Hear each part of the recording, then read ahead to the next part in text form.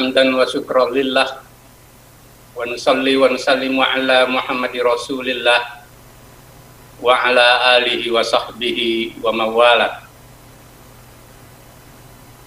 Yang kami hormati Presiden Republik Indonesia Bapak Insinyur Joko Widodo, Wakil Presiden Republik Indonesia Bapak Kiai Haji Ma'ruf Amin, Bapak Yusuf Kalla, Ketua dan Wakil Ketua MPR RI, tadi hadir Pak Bambang, Pak Zulkifli Hasan, Pak Ahmad Basyarah, Ketua dan Wakil Ketua DPR RI, Ibu Puan pamit langsung kepada saya, para Menteri Kabinet Indonesia Maju, Pak Mahfud MD, Pak Mendagri, Pak Tito, Pak Wakil Menteri Agama, Bapak Menteri Agama tadi juga telepon langsung pamit dan diwakili oleh Bapak Wakil Menteri Agama,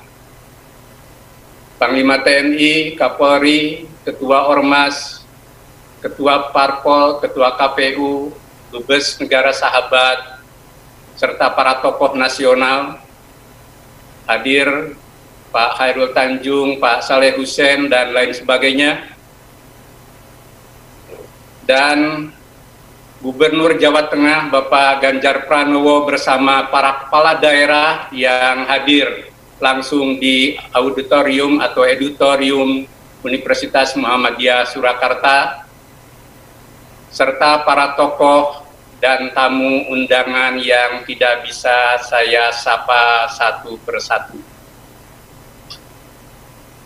Segenap anggota PP Muhammadiyah di Jakarta, Pak Muti, Pak Anwar Abbas, Pak Goodwill, Pak Suyatno. Di Yogyakarta, selain saya ada Bu Nurjana yang juga Ketua PP Aisyah, Pak Agus, Pak Agung, Pak Busro. Di Jawa Tengah, di Surakarta bergabung dengan Pak Ganjar, Pak Dahlan Rais, dan Pak Marpuji Ali. Juga di Jawa Timur Pak Prof. Sapik Mukni, dan di Jawa Barat Prof. Dadang Ahmad. Serta di Sumba, Prof. Muhajir Effendi yang juga Menko PMK. Juga pimpinan pusat Aisyah, pimpinan majelis, lembaga, biro, dan ortom tingkat pusat, para pimpinan wilayah Muhammadiyah dan Aisyah seluruh Indonesia, PCIM dan PCIA di 24 negara, dan para pimpinan amal usaha di seluruh tanah air, serta hadirin yang kami hormati. Alhamdulillah hari ini Muhammadiyah genap berusia 108 tahun. Kita bersyukur kepada Allah bahwa Muhammadiyah terus berkembang dalam memajukan kehidupan umat, bangsa, dan kemanusiaan semesta. Dengan bersyukur insya Allah kita akan memperoleh keluasan rezeki dan karunia Allah. La in syakartum la azidannakum wala in kafartum inna adabil lasadid.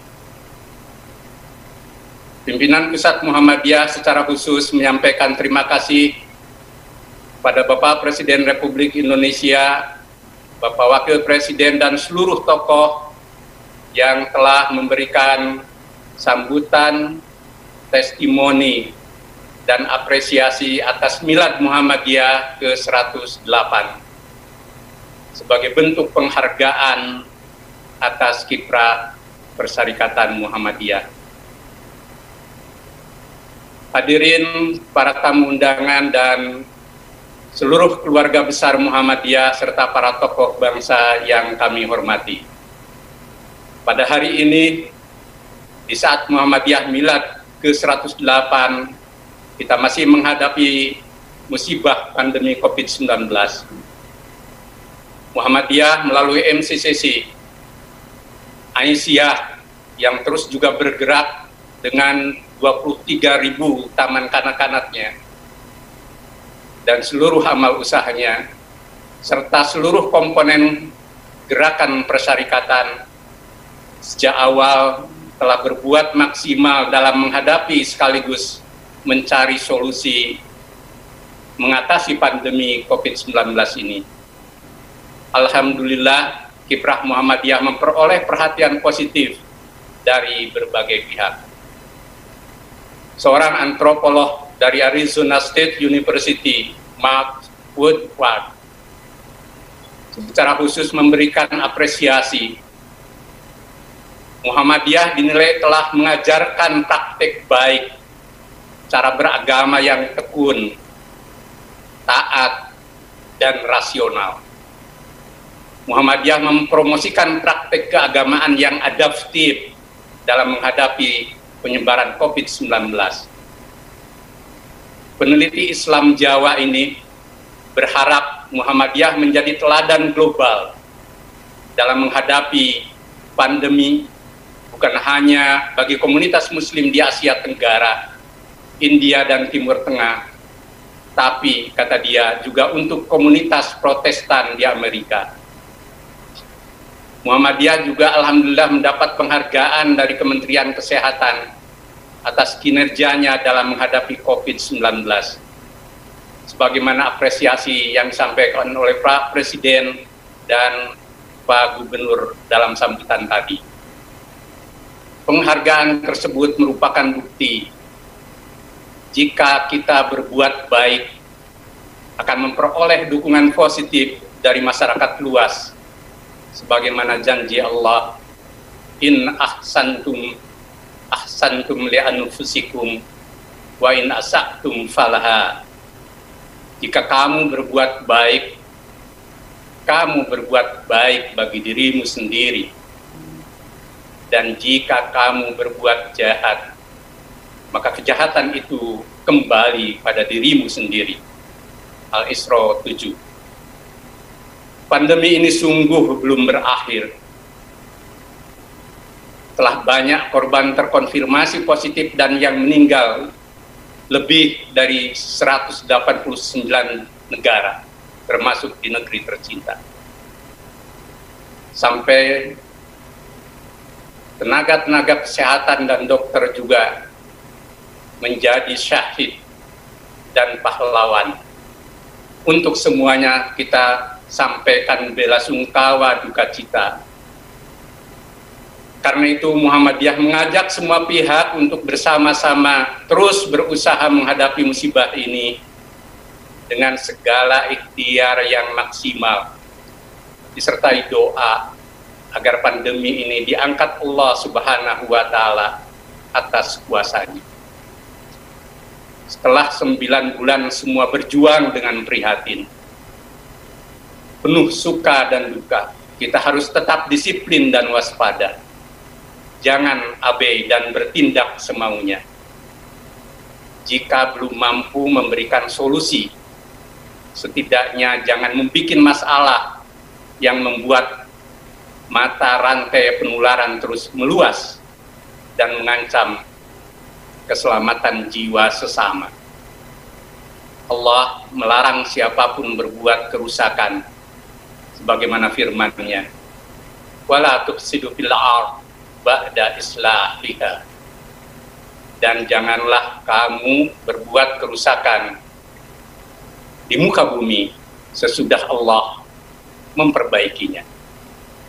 Meskipun dalam prakteknya kadang terdapat orang-orang yang berbuat fasad atas nama islah sehingga kehidupan menjadi rusak. Khusus bagi umat Islam dan warga Muhammadiyah, kami berpesan jadilah uswah hasanah.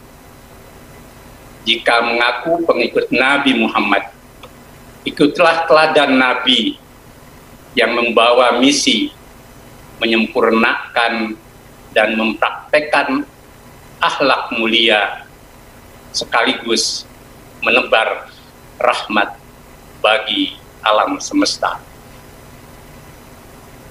Hadirin yang kami muliakan, Muhammadiyah sejak awal kelahiran sampai kini tiada henti memberi solusi untuk negeri. Sejarah membuktikan di saat kritis, Muhammadiyah hadir menjadi penyelesai masalah. Seperti dalam kompromi perumusan Pancasila 18 Agustus 1945. Di samping jejak perjuangan yang menentukan dalam fase berbagai proses sejarah kemajuan bangsa. Bangsa Indonesia memang saat ini masih menghadapi masalah berat seperti korupsi, hutang luar negeri, eksploitasi sumber daya alam, kesenjangan sosial ekonomi, gesekan sosial politik antar sebagian komponen bangsa, produk legislasi yang kontroversi, menguatnya oligarki politik, serta masalah-masalah kebangsaan lainnya. Semuanya menjadi agenda kita bersama yang harus kita hadapi bersama. Kewajiban kita sebagai bangsa ialah berikhtiar dengan kesungguhan dan kesabaran dalam menghadapi masalah bangsa seberat apapun. Masalah tersebut merupakan ujian bagi kita. Sebagaimana Allah berfirman, "Walanabluwannakum hatta na'lamal mujahidina minkum was-sabirina wa nabluwa akhbarakum." Dan sesungguhnya kami benar-benar akan menguji kamu agar kami mengetahui orang-orang yang berjihad dan yang bersabar di antara kalian, dan agar kami menyatakan baik buruknya hal ihwalmu. Muhammadiyah terus berikhtiar secara proaktif di dalam ikut serta memecahkan masalah bangsa. Namun, Muhammadiyah tidak dapat menghadapi masalah bangsa sendirian. Diperlukan kerjasama dan pembagian tugas dengan seluruh komponen bangsa dan pemerintah. Khusus bagi umat Islam sebagai penduduk mayoritas di negeri ini, tunjukkanlah uswah hasanah sebagai aktor penyelesai masalah dan bukan pembawa atau bagian dari masalah. Tidak perlu saling bersesal diri, berpatah asa, menebar curiga, dan saling hujat dalam menghadapi dan menyelesaikan masalah bangsa. Kerahkan segala kemampuan untuk menyelesaikan masalah bangsa dengan kebersamaan, persatuan, dan kemampuan yang kita miliki. Kita diingatkan Allah, "Walladzina amanu wa 'amilus shalihat la nukallifu nafsan illa wus'aha ulaika ashabul jannah hum fiha khalidun." Dan orang-orang yang beriman dan mengerjakan amal-amal soleh, kami tidak memikulkan kewajiban kepada diri seseorang, melainkan sekedar kesanggupannya. Mereka itulah penghuni surga. Mereka kekal berada di dalamnya. Warga Muhammadiyah harus tetap bersemangat dalam menggerakkan usaha-usaha memajukan dan menyelesaikan masalah bangsa seberat apapun. Di tengah pandemi dan masalah negeri, kita segenap keluarga, kader, dan pimpinan Muhammadiyah diharapkan terus memupuk gairah dalam menggerakkan organisasi serta mengembangkan dan menjalankan peran keumatan dan kebangsaan sesulit apapun situasi yang dihadapi. Bukalah pandangan positif, bercakrawala luas, dan penuh optimisme.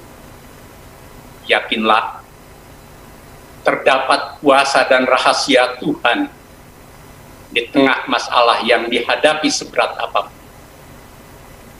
Dengan jiwa irfani, jalan ruhaniah bagi kaum beriman setelah berikhtiar ialah mengembalikan urusan kepada Allah Subhanahu wa Ta'ala yang Maha Rahman dan Maha Rahim. Faida azamta fatawakkal 'ala Allah. Hadirin yang kami muliakan, Muhammadiyah saat ini ketika milad 108 tahun penting untuk meneguhkan jati dirinya sebagai gerakan keagamaan sebagaimana dalam tema milad kita. Sejak kelahirannya tahun 12, Muhammadiyah menegaskan diri sebagai perhimpunan Islam yang menyebarluaskan dan memajukan hal ihwal agama Islam. Muhammadiyah lahir di saat umat Islam tidak berpegang teguh kepada ajaran Islam yang murni, terpecah belah tanpa persatuan yang kokoh. Pendidikan Islam tidak sejalan dengan tuntutan zaman. Mereka hidup dalam alam fanatisme sempit, bertaklid buta, serta berpikiran secara dogmatis, konservatisme, formalisme, dan tradisionalisme, serta adanya pengaruh misi Zending yang saat itu semakin kuat. Kiai Dahlan memberi jawaban dengan melakukan pembaharuan atau tajdid dalam berbagai aspek kehidupan untuk keluar dari situasi yang tertinggal dan penuh dengan masalah itu.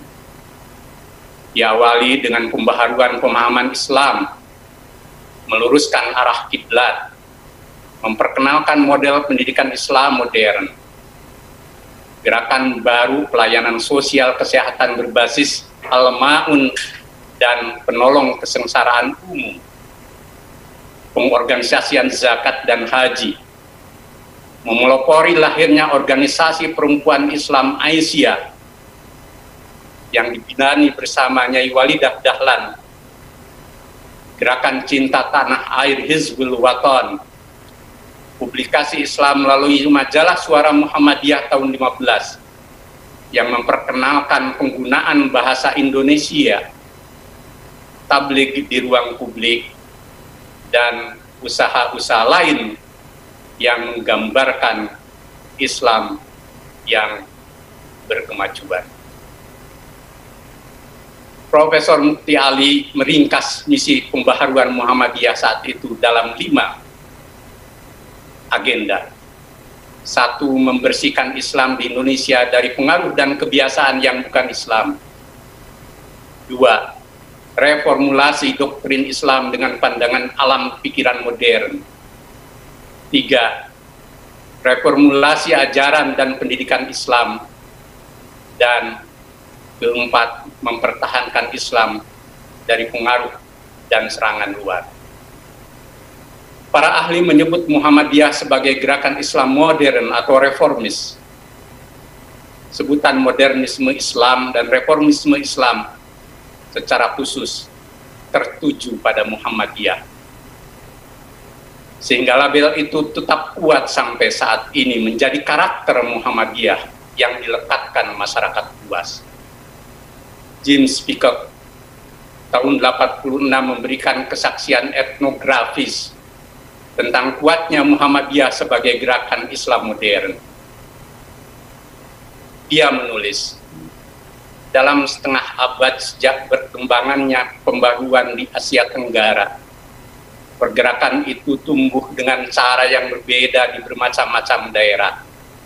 Hanya di Indonesia saja, gerakan pembaruan Muslim itu menjadi kekuatan yang besar dan teratur. Pada permulaan abad ke-20, terdapat sejumlah pergerakan kecil pembaharuan di Indonesia bergabung menjadi beberapa gerakan daerahan dan sebuah pergerakan nasional yang tangguh, yakni Muhammadiyah. Dengan beratus-ratus cabang di seluruh kepulauan dan berjuta-juta anggota yang tersebar di seluruh negeri, Muhammadiyah, kata James, memang merupakan pergerakan Islam yang terkuat yang pernah ada di Asia Tenggara. Sebagai pergerakan yang memajukan ajaran Islam yang murni, Muhammadiyah juga telah memberikan sumbangan yang besar di bidang kemasyarakatan dan pendidikan. Klinik-klinik perawatan kesehatan, rumah-rumah piatu, panti asuhan, di samping beberapa ribu sekolah, menjadikan Muhammadiyah, kata dia, sebagai lembaga non-Kristen dalam bidang kemasyarakatan, pendidikan, dan keagamaan swasta yang utama di Indonesia. Bahkan, kata antropolog itu, Aisyah, organisasi wanitanya, merupakan pergerakan wanita Islam yang terbesar di dunia. Pendek kata, Muhammadiyah merupakan suatu organisasi yang utama dan terkuat di negara terbesar kelima di dunia. Kini 108 tahun berjalan. Apakah etos tajdid modern dan reformis itu masih melekat pada Muhammadiyah? Para anggota, lebih khusus kader dan pimpinan Muhammadiyah di seluruh tingkatan dan institusi organisasi berkewajiban menyambung mata rantai pembaharuan Muhammadiyah yang diwariskan Kiai Dahlan itu. Pandangan tajdid yang berwatak modernis dan reformis harus menyatu ke dalam jiwa, pemikiran, sikap, dan tindakan yang membawa kemajuan Muhammadiyah, umat, bangsa, dan kemanusiaan semesta. Ketika saat ini umat Islam dan umat beragama pada umumnya tengah semarak beragama, dan mereka haus akan nilai-nilai agama, Muhammadiyah niscaya hadir dengan misi dakwah Islam yang memberi kepastian nilai, kedamaian, keselamatan, kebahagiaan, dan pencerahan. Seraya menghadirkan nilai keagamaan yang mampu mengeliminasi segenap bentuk kekerasan, diskriminasi, dan anarki dalam kehidupan. Hadirkan Islam sebagai huda linnas wa bayyinati minal huda wal furqan, sekaligus menjadi kanopi suci yang memberi arah hidup lissalahil ibad dunyahum wa ukhrahum. Tatkala di pora dunia tumbuh fenomena Islamofobia, Muhammadiyah mesti hadir mempublikasikan dan menampilkan serta mewujudkan Islam wasatiyah berkemajuan sebagaimana spirit Al-Quran, wa kadzalika ja'alnakum ummatan wasata litakunu syuhada'a 'alan nas. Peran PCIM dan PCIA dan program internasionalisasi Muhammadiyah dapat difungsikan untuk menghadirkan arus global itu, sehingga Islam dan umat Islam dunia tampil sebagai representasi Islam rahmatan lil alamin dan Islam berkemajuan. Ikhtiar meneguhkan dan membawa Muhammadiyah sebagai gerakan keagamaan yang bermisi tajdid di abad kedua menjadi tanggung jawab para pimpinan di semua tingkatan dan lini organisasi. Ingatlah akan pesan Nabi, Innallah yab'asu lihadihil ummah ala ra'si kulli mi'atin sannah mayyujaddidu laha dinaha. Sesungguhnya Allah mengutus untuk umat ini pada setiap akhir 100 tahun orang yang memperbaharui agama mereka. Itulah Mujaddid, sang pembaharu. Mujaddid saat ini tidak mesti bersifat personal individual, tetapi dapat diwakili secara kolektif dan sistem. Namun pikiran tajdid atau pembaharuan mesti bersemi dalam diri para pimpinan, khususnya pimpinan Muhammadiyah, karena para pimpinan itulah yang bertanggung jawab atas umat dan sistem yang dipimpinnya. Maju mundurnya Islam dan umat Islam maupun bangsa, termasuk di dalamnya Muhammadiyah, sangat tergantung kepada para pimpinannya sebagai aktor utama kemajuan. Kita perlu belajar dari Kiai Dahlan. Menurut Nurholis Majid, Dahlan adalah sosok pencari kebenaran sejati. Pembaharuannya bersifat breakthrough tanpa prakondisi sebelumnya. Kiai Dahlan menurut Kunto Wijoyo, seorang sejarawan, memperkenalkan ideologi baru, yakni ideologi Islam yang memadukan iman dan kemajuan, serta melahirkan kaum terpelajar Muslim yang kokoh kepribadiannya, tetapi mampu menghadapi perubahan zaman atau ghayyaruz zaman. Dalam pidato bersejarah berjudul Tali Pengikat Hidup tahun 21, Kiai Dahlan mengingatkan pentingnya 5 hal bagi warga Muhammadiyah dan pimpinannya. 1, kata dia, orang itu perlu dan harus beragama. 2, agama itu pada mulanya bercahaya, berkilau-kilauan, akan tetapi makin lama makin suram. Padahal yang suram bukan agamanya, tetapi manusia yang memakai agama itu. 3, orang itu harus menurut aturan dari syarat yang sah dan yang sudah sesuai dengan pikiran yang suci. Jangan sampai membuat keputusan sendiri. 4, orang itu harus dan wajib mencari tambahan pengetahuan. Jangan sekali-kali merasa cukup dengan pengetahuannya sendiri, apalagi menolak pengetahuan orang lain. Dan 5, pesan Kiai Dahlan, orang itu perlu dan wajib menjalankan pengetahuannya yang utama. Jangan sampai hanya tinggal pengetahuan saja. Itulah yang dia sebut ilmu teoritik dan praktek berteori. Kiai mengajarkan agar umat mengikuti kaidah agama Islam serta sesuai dengan harapan zaman kemajuan. Namun meski Kiai Dahlan berpikiran maju, beliau dikenal zuhud dan inklusif. Kiai bergaul dengan siapa saja, termasuk dengan para dokter Belanda, pendeta, dan tokoh budi utomo.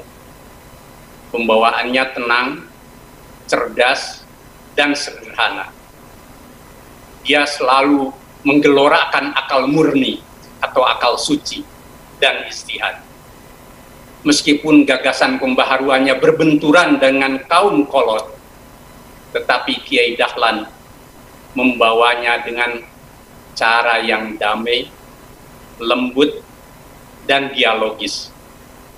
Kiai sosok pemikir dan pengamal Islam yang moderat, maju, dan inklusif. Khusus bagi para pimpinan Muhammadiyah, Kiai di dalam pidato Tali Pengikat Hidup tadi berpesan, jadilah sebagai pemimpin kemajuan Islam. Para pemimpin Muhammadiyah saat ini niscaya berjiwa mujadid, yang modernis dan reformis, yang bermahkota dunia besar dan bebas dari sangkar besi dunia kecil. Risalah pencerahan dan pandangan Islam berkemajuan yang telah menjadi platform organisasi harus menjadi jiwa, alam pikiran, dan orientasi tindakan para pimpinan Muhammadiyah, kader dan anggota. Jika gerakan Islam ini ingin bertahan dan berperan signifikan sampai beratus tahun ke depan. Para tokoh bangsa, tokoh Muhammadiyah, dan segenap keluarga besar dan para tamu undangan yang kami muliakan. Di akhir pidato milad ini, saya mengajak semua pihak. Pertama, pemerintah di seluruh tingkatan bersama lembaga legislatif, yudikatif, TNI Polri, partai politik, dan institusi lainnya serta seluruh komponen bangsa dituntut tanggung jawab politik berjiwa kenegarawanan tinggi, terutama dalam menghadapi pandemi COVID-19 dan menyelesaikan masalah bangsa dengan mengedepankan sebesar-besarnya hajat hidup rakyat di atas yang lainnya. Jadikan Indonesia negara hukum yang demokratis, serta berdiri tegak di atas dasar Pancasila dan UUD 45. Bawalah Indonesia menuju peri kehidupan kebangsaan dan kenegaraan yang merdeka, bersatu, berdaulat, adil, dan makmur, sebagaimana diletakkan para pendiri negara. Hormati dan junjung tinggi nilai-nilai luhur agama dan kebudayaan Indonesia. Di antara tanggung jawab dan agenda terberat bangsa saat ini ialah merekat persatuan nasional dan memutus rantai kesenjangan sosial menuju terwujudnya keadilan sosial bagi seluruh rakyat Indonesia. Kedua, segenap warga bangsa memiliki kewajiban dan tanggung jawab kolektif di dalam menghadapi pandemi dan memecahkan masalah negeri dengan semangat kebersamaan atau gotong royong. Pupuk kebersamaan sebagai keluarga besar bangsa dalam jiwa persatuan Indonesia dengan mengembangkan kerjasama, toleransi, kepedulian, kesetiakawanan, dan saling berbagi sebagai modal sosial yang penting. Hidupkan jiwa Bhinneka Tunggal Ika dalam relasi antar komponen bangsa secara autentik dan penuh makna. Jauhi egoisme dan kepentingan sempit golongan, apapun kepentingannya. Jika terdapat masalah di tubuh bangsa, carikan solusi dan titik temu demi keutuhan hidup bersama. Dalam membangun hubungan termasuk melalui media sosial, hilangkan hoax, fitnah, serta benih saling curiga, kebencian, pertikaian, dan konflik yang dapat menambah berat beban masalah bangsa dan terjadinya disintegrasi nasional. Ketiga, umat Islam dituntut uswah hasanah disertai sikap cerdas dan bijaksana dalam menghadapi situasi keumatan dan kebangsaan yang kompleks dan syarat perbedaan. Semua komponen dan tokoh umat dapat menjaga situasi kebangsaan yang tetap kondusif, seraya menjauhkan diri dari perselisihan dan segala tindakan kontroversi yang dapat mengganggu keutuhan ukhuwah Islamiyah maupun persatuan bangsa. Perkuat nasionalisme sebagai ekspresi dan jalinan integrasi keislaman dan keindonesiaan yang utuh, serta hindari tindakan-tindakan intoleran yang dapat merugikan hubungan keumatan dan kebangsaan yang selama ini telah terjalin dengan baik. Terakhir, yang keempat, kepada seluruh warga Muhammadiyah dalam menghadapi pandemi dan situasi negeri, mesti menjadi pemberi solusi sejalan dengan kepribadian dan hitah gerakan dalam perspektif Islam berkemajuan. Mari sebarluaskan risalah Islam wasatiyah berkemajuan dengan menghadirkan karakter keislaman yang damai, ukhuwah, moderat, luas wawasan, ta'awun, tasamuh, dan serba kebaikan bagi kehidupan.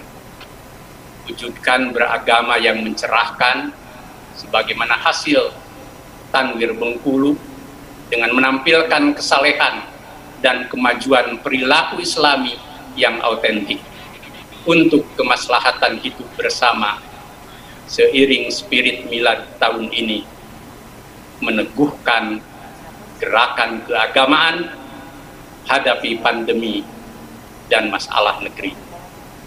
Semoga Allah Subhanahu wa Ta'ala memberikan perlindungan, berkah dan karunia-Nya kepada bangsa Indonesia, umat Islam, dan khususnya warga Muhammadiyah tercinta. Nasrum minallah wa fatmun qarib. Wassalamualaikum warahmatullahi wabarakatuh.